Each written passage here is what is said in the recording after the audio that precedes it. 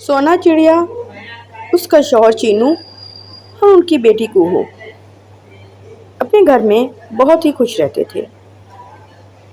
चीनू चिड़ा एक सख्त दिल चिड़ा था जो अपनी बीवी और अपनी बेटी पर हर वक्त गुस्सा करता रहता था।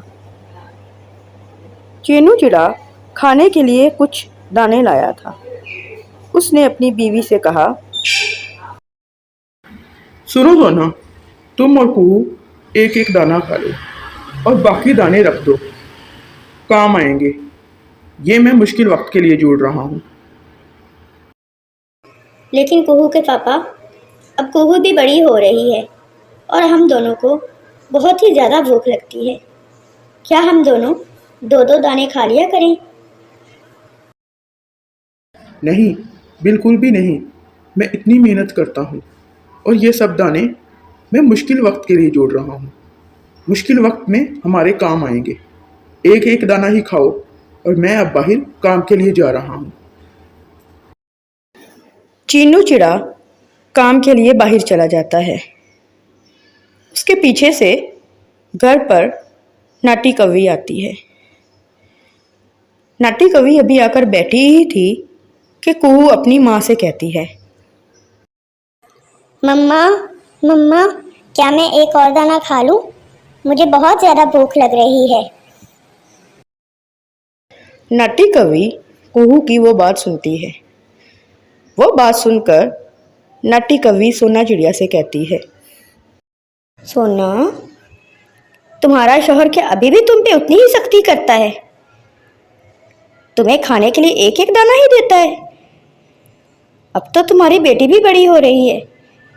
वो इतना ज़्यादा जुल्म क्यों करता है तुम दोनों पर? मुझे तो ये समझ नहीं आ रही। नहीं नहीं, जुल्म कैसा? वो तो मुश्किल वक्त के लिए खाना जमा कर रहे हैं। इसमें जुल्म वाली क्या बात है? वो तो हम दोनों माँ बेटी का इतना ज़्यादा ख्याल रखते हैं। ये कैसा ख्याल हुआ सोना? तुम दोनों माँ बेटी को एक एक दाना ही देते हैं खाने के लिए? मुझे तो ऐसा ख्याल समझ में नहीं आ रहा। मैं तो कहती हूँ तुम बात करो उससे। आज जब वो घर आए तो उससे कहना कि वो जुल्म कर रहे हैं तुम दोनों पर। फिर देखना कैसे सीधा होता है। और अगर तुम्हारी बात ना माने तो घर छोड़ के चली जाना। एक ही दिन में सीधा हो जाएगा, देख लेना तुम।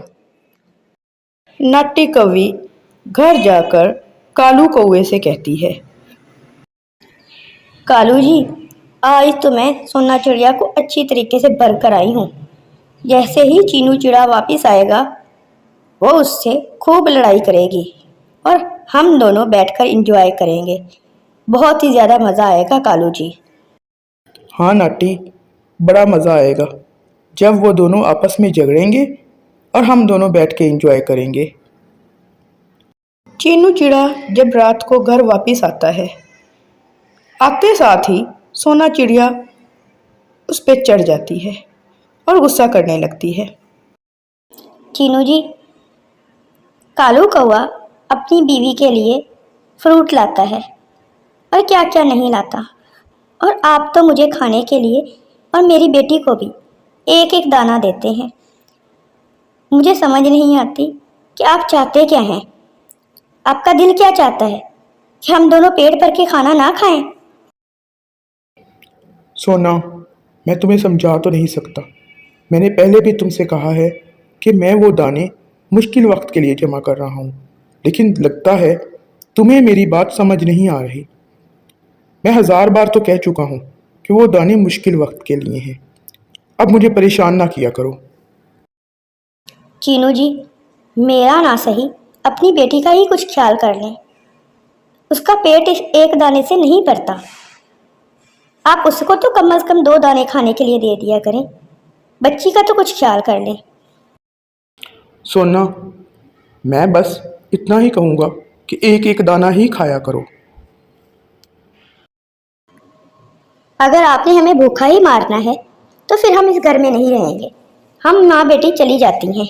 हम कहीं और जाके रह लेंगे और अपना खाना खुद इकट्ठा कर लिया करेंगे, ताकि हम पेट भर के कुछ खा तो सकेंगे ना। बस हम दोनों माँ बेटी जा रही हैं यहाँ से, नहीं रहेंगी अब हम आपके पास, हम जा रही हैं यहाँ से। सोना चिड़िया अपनी बेटी को लेकर वहाँ से चली जाती है और खाने की तलाश में दर बदर भटकती है, लेकिन उसको कहीं भी खाना नहीं मिलता। शाम हो जाती है। वो माँ बेटी परेशान होकर एक दरख्त पर बैठती हैं। सोना चिड़िया अपनी बेटी कुहू से कहती है, बेटा कुहू, मुझे लगता है आपके पापा बड़ी ही मुश्किल से खाना ढूंढते हैं। हमें घर वापस जाना चाहिए। हम उन जितनी मेहनत नहीं कर सकते। वो हमारे लिए ही ये सब कुछ कर रहे हैं। हमें घर चलना चाहिए। जी मम्मा, हम दोनों सुबह से खाना ढूंढने की कोशिश कर रहे हैं, लेकिन हमें खाने के लिए कुछ नहीं मिला।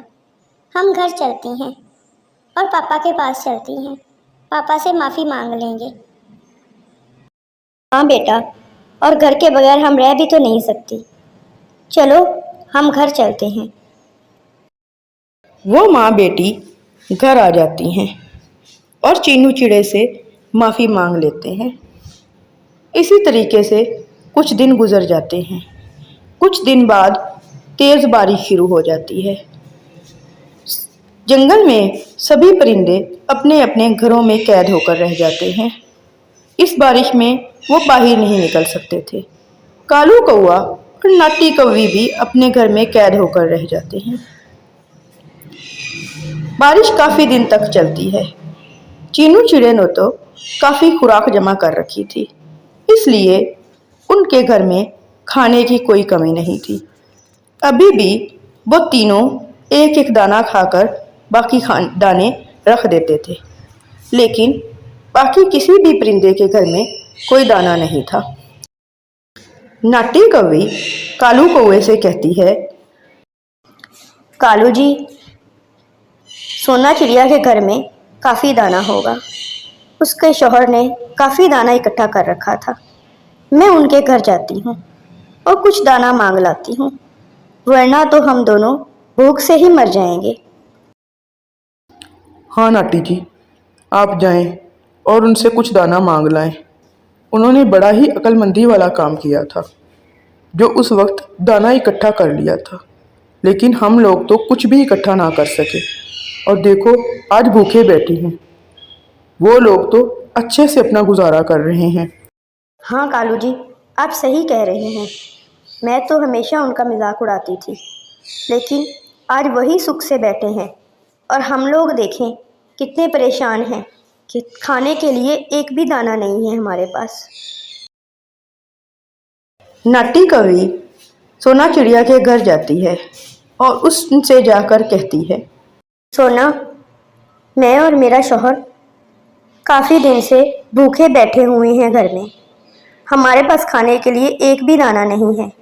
तुम्हारी बहुत मेहरबानी होगी। हम दोनों को एक एक दाना दे दो खाने के लिए, वरना हम दोनों भूख से ही मर जाएंगे। लेकिन नाटी, उस वक्त तो तुम मुझ पे आके गुस्सा करती थी कि तुम्हारा शौहर बेवकूफ़ी कर रहा है जो तुम दोनों को खाने के लिए नहीं देता। आज देखो, मेरे शौहर की अक्लमंदी की वजह से और मेहनत की वजह से आज हमारे घर में दाने की कोई कमी नहीं है। और तुम्हारा शौहर जो उस वक्त तुम्हें सब कुछ खाने के लिए लाकर देता था और तुम लोगों ने कुछ जमा नहीं किया, आज तुम्हारे पास कुछ भी नहीं है। आज मुश्किल वक्त में तुम लोग भूख से मर रहे हो। हाँ सोना, मुझे एहसास है मुश्किल वक्त के लिए जमा करना चाहिए, नहीं तो जब मुश्किल वक्त आता है तो भूख से भी मर सकते हैं। मुझे एहसास हो गया है। आज के बाद से हम भी मुश्किल वक्त के लिए खाना जमा किया करेंगे, लेकिन इस वक्त हमें कुछ खाने के लिए दे दो। चीनू चिड़ा उसको 2 दाने देता है और वो अपने घर चली जाती है। सोना चिड़िया चीनू चिड़े से माफ़ी मांगती है और उससे कहती है, चीनू जी, आज आपकी वजह से हमारे घर में खाना है, वरना हम लोग तो भूखे ही मर जाते। हमारे पास कुछ भी खाने को नहीं होता। आपकी बहुत मेहरबानी, और मैं आपसे माफ़ी मांगती हूँ जो उस वक्त मैं आपको समझ नहीं सकी। आप सही थे और मैं गलत थी। आज आपकी वजह से हम माँ बेटी भूखे नहीं मर रहे। आपकी बहुत मेहरबानी। सोना, जो घर का कफील होता है उसको सोचना पड़ता है कि जब मुश्किल वक्त आएगा तो मैं अपनी बीवी और बच्चों को क्या खिलाऊंगा। देखो, आज हमारे पास सब कुछ है और बाकी परिंदे कुछ भी नहीं है उनके पास। वो अपने घर में भूखे बैठे हुए हैं।